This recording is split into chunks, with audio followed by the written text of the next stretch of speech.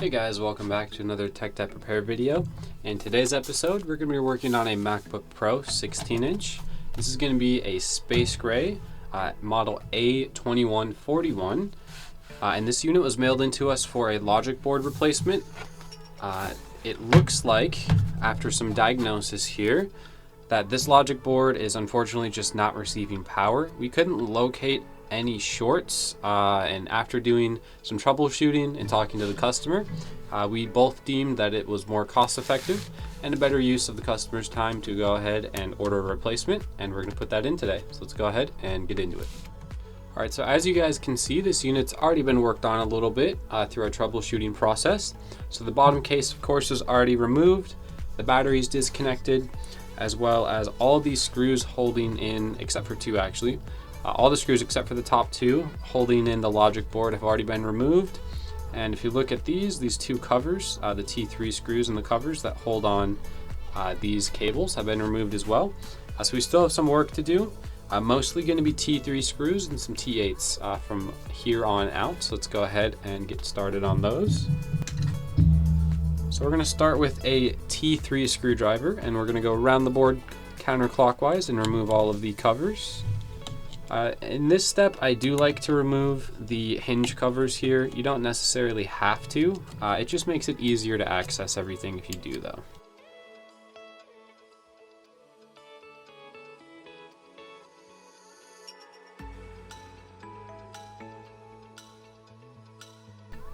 Alright, and one additional step I like to do as well when I'm replacing a logic board on this unit, this model, is to remove the Wi-Fi antenna vent module. So we're going to go ahead and do that. Of course, make sure, even if you're just replacing the logic board and skipping this step, make sure you don't forget to remove the screws and unplug the LCD display connector.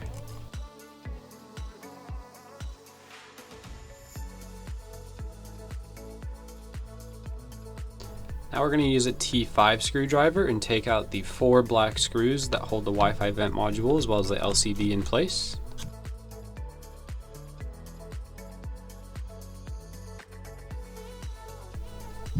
And now we're going to go ahead and grab a T8 and remove the top 2 screws here that hold the heatsink and the logic board in place. Do note that the one on the left side here is a bit different than the one on the right. Not only is it larger, it actually has a thread in the center that the bracket that we removed prior screws into. So make sure you separate those. Alright, and now we're going to go ahead and use a PL1 and remove all the screws holding the Wi-Fi vent module in place. Again, this isn't necessarily something that you have to do when you're replacing the logic board. I just like to do it because it helps everything line up a little bit nicer.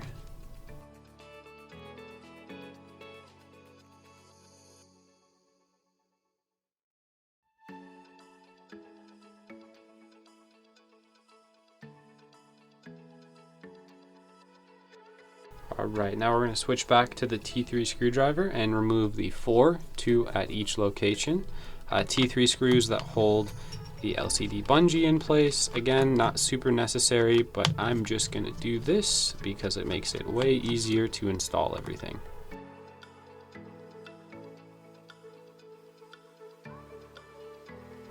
Alright, so now we're going to come in with our pry and disconnect all the cables across the board.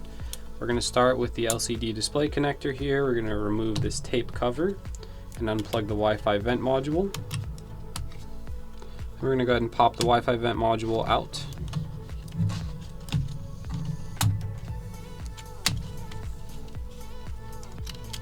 There we are. I'm going to start left and work my way clockwise here, starting with the headphone jack, followed by the Touch ID underneath, the left I/O ports,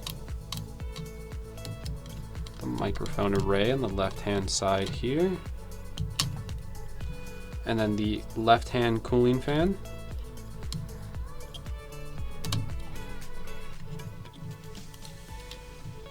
the left-hand speaker, the keyboard cable, Oops, looks like I forgot the cover on the trackpad. Let's go ahead and use a T3 screwdriver and get that one off. And now we can go ahead and unplug the trackpad. Don't forget the center one here. This is the right-hand CPU cooling fan.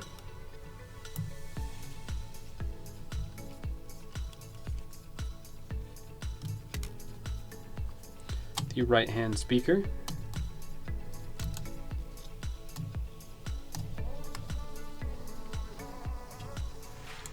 The keyboard backlighting cable.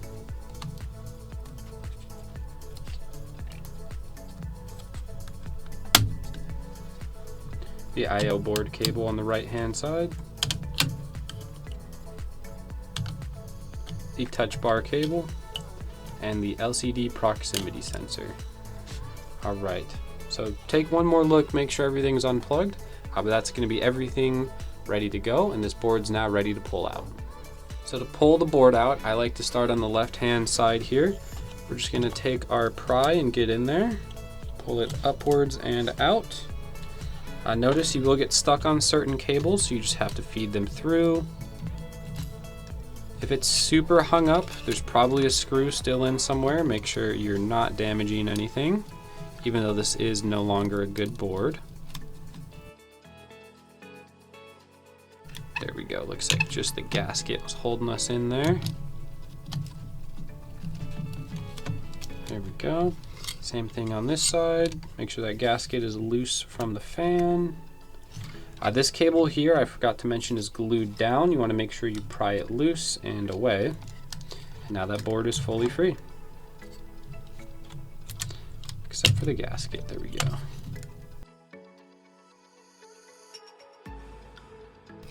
There we are. So it's the old board that's no longer working, unfortunately, fully removed. While we have it in hand, we're going to go ahead and take a T3 screwdriver and remove the 2 screws holding in the LCD display connector, because we are going to transfer this connection over to the new board. So now we can set this old board aside. Now the next step is actually going to be removing this left cooling fan here so we can access the Touch ID beneath. To do that, we're going to remove 2 T3 screws on the right hand side and then 2 T5 screws on the left hand side. Alright, now that fan will just simply come off. We can set it aside. So grabbing our T3 screwdriver again, we're going to remove all of these 6 screws that hold the Touch ID in.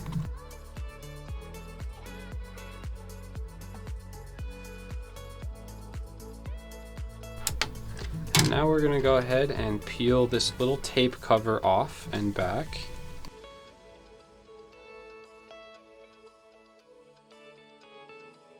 And I'm going to get under this Touch ID cable here, as well as the carrier cable. And then I'm going to go ahead and unplug it. And it is glued down to this cable that runs as a little bridge to the logic board. So I'm going to go ahead and break the glue free and then pull the actual connection away from each other. There we go. I'm going to set that aside for now because our new Touch ID is going to slot in there and then go into place. But for now, all we have to do is lift the unit up to remove the old Touch ID. There we are. Now we can go ahead and close it and we will start reinstallation. So the very first step is grabbing our brand new Touch ID. The reason why we're swapping this Touch ID is they are tied directly to each logic board. The Touch ID function will not work if it is not matched with its paired board. It will only work as a power button. So again, reversing this process, the first thing we're going to do is install it on the front side, running our cable through.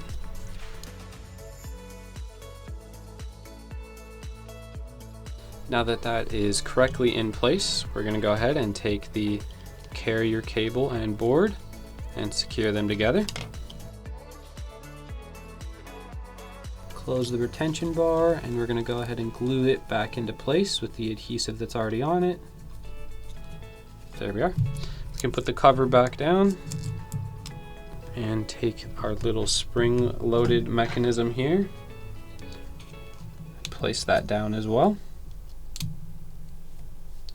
and take our T3 screwdriver and screw these screws back in.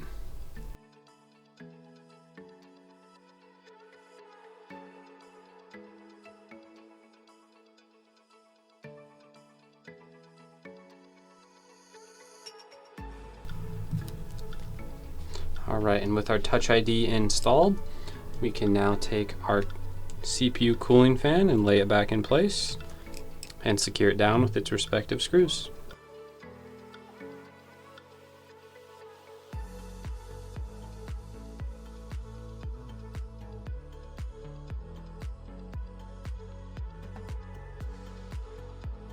Alright, so with that done, I'm going to go ahead and slot our Wi-Fi vent module back into place.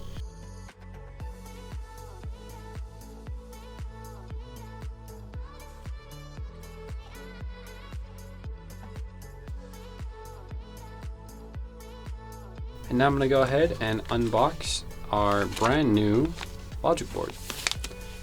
Alright, so the very first thing we have to do before we install this board, it's actually upside down right now, is reinstall this little LCD display connector here.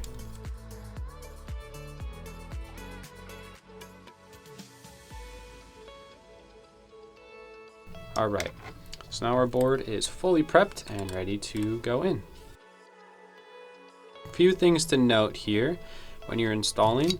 These gaskets do have to actually come open when you install everything. If they're closed, you're not going to lay right. The board's not going to install. Second off, it's a pretty tight squeeze, so make sure you angle it in and come down like that. But you'll see in a moment as I install it how you're supposed to do it. Alright, so I'm going to come in on the left side here first by opening up this gasket here. And very important is making sure you don't cover any cables. So let's move this gasket a little more, make sure the Touch ID is there. Make sure we don't cover our mic array. There we go.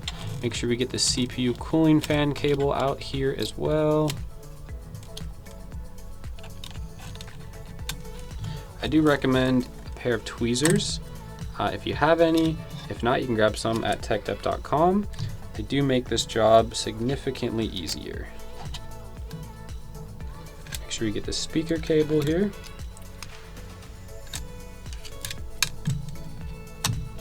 Alright, so the board's about a quarter of the way in. At this point, I like to check and make sure I'm not covering anything on my left-hand side here. Starting with the Touch ID, as it's the most difficult to see. Of course, the headphone jack. We have our Type-C connector, microphone array, CPU cooler, fan, and then the left speaker and keyboard cable, trackpad cable down here. The worst thing you can do, not the worst thing, but the biggest inconvenience when you're doing this repair is getting the board all the way in and realizing one of your cables is trapped under the board. So for the Wi-Fi cables, first I got to get the gasket up here. For the Wi-Fi cables, can be pretty difficult to get them to line up. I usually pull them onto the CPU fan here.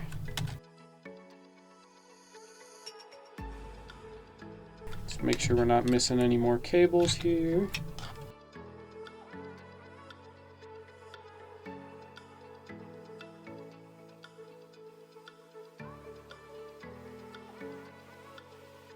Make sure you don't forget the CPU cooling fan on the inside here, as well as another cable on the left here, or the right, sorry.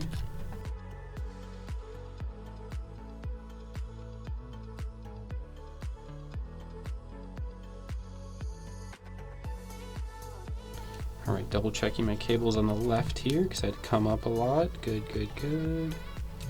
Okay.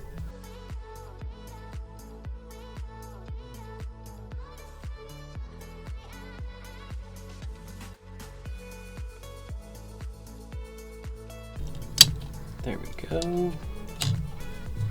Alright, so quick cable check before we go any further. Left to right again, per usual. We've got our Touch ID underneath our headphone jack, I/O port cable on the left, both of these, speaker cable, trackpad cable, keyboard cable, speaker. Oh, looks like, no, we are good. We're missing one cable by the looks of it. This little guy that runs under here. So we're gonna lift this side of the board and pull that cable up.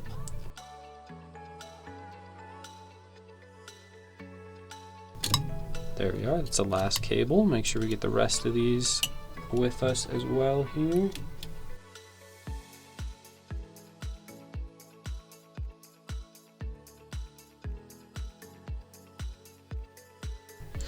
All right, so let's do a final check now. Touch ID, aux, I/O, CPU cooler, keyboard, trackpad, speaker, cooler. All right, all our cables are there. Now we just have to lay them in place. So I'm gonna start on the left here. I'm gonna go ahead and plug in the Touch ID cable to begin with. I'm gonna move on to the headphone jack, the I/O board cable, our microphone array,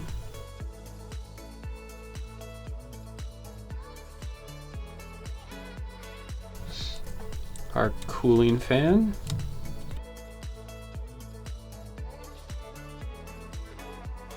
our left-hand speaker,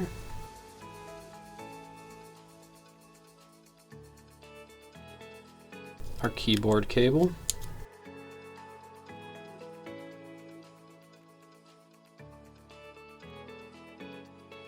we'll come back to that because that retention bar came loose, so I'll have to come back and fix that in a moment here, but we're just going to connect the rest of the cables for now. The trackpad cable,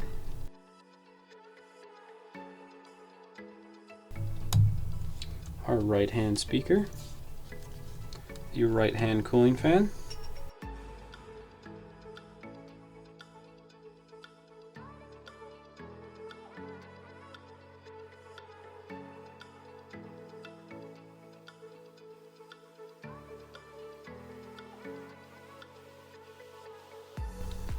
our right-hand microphone array, there we go,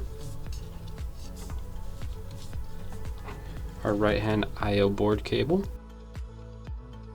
the LCD proximity sensor, and the touch bar cable is the last guy, other than the Wi-Fi antennas in the center, and our keyboard cable, which we got to do a little bit of repair work on.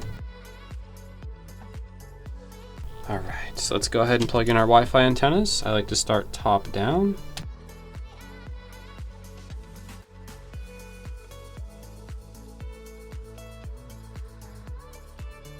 Alright, now that I've got all the cables in place and I fixed up our little keyboard connector here, as well as this cable that was a little twisted up here, we're good to go ahead and start screwing everything into place. So I'm going to go ahead and start with the main board and move my way outwards. These are all going to be T5 screws to start with, and then T3 screws for the rest.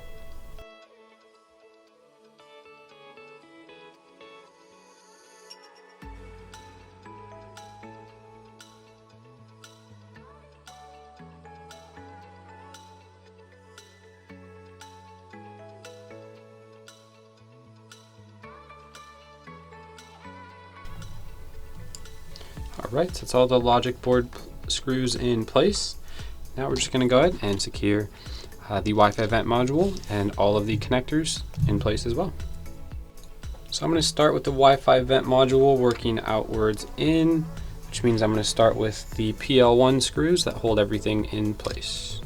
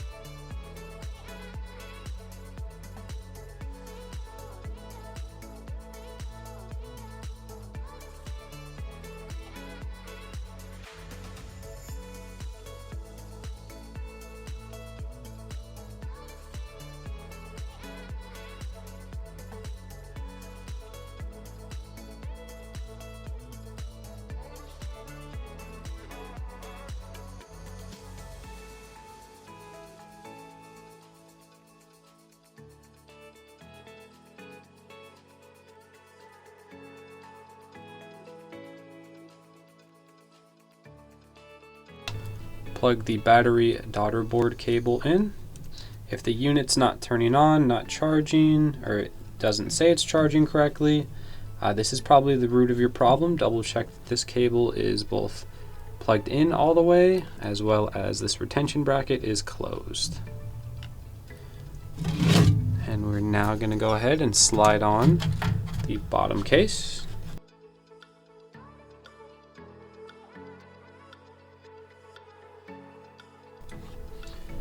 And take our bottom case screws and secure them into place using our PL5 screwdriver.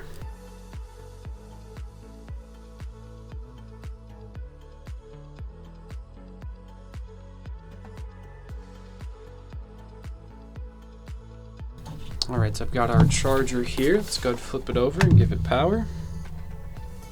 Alright, so now that we have the correct charger, let's go ahead and plug it in. Give it a second to recognize it's now charging and turn it on.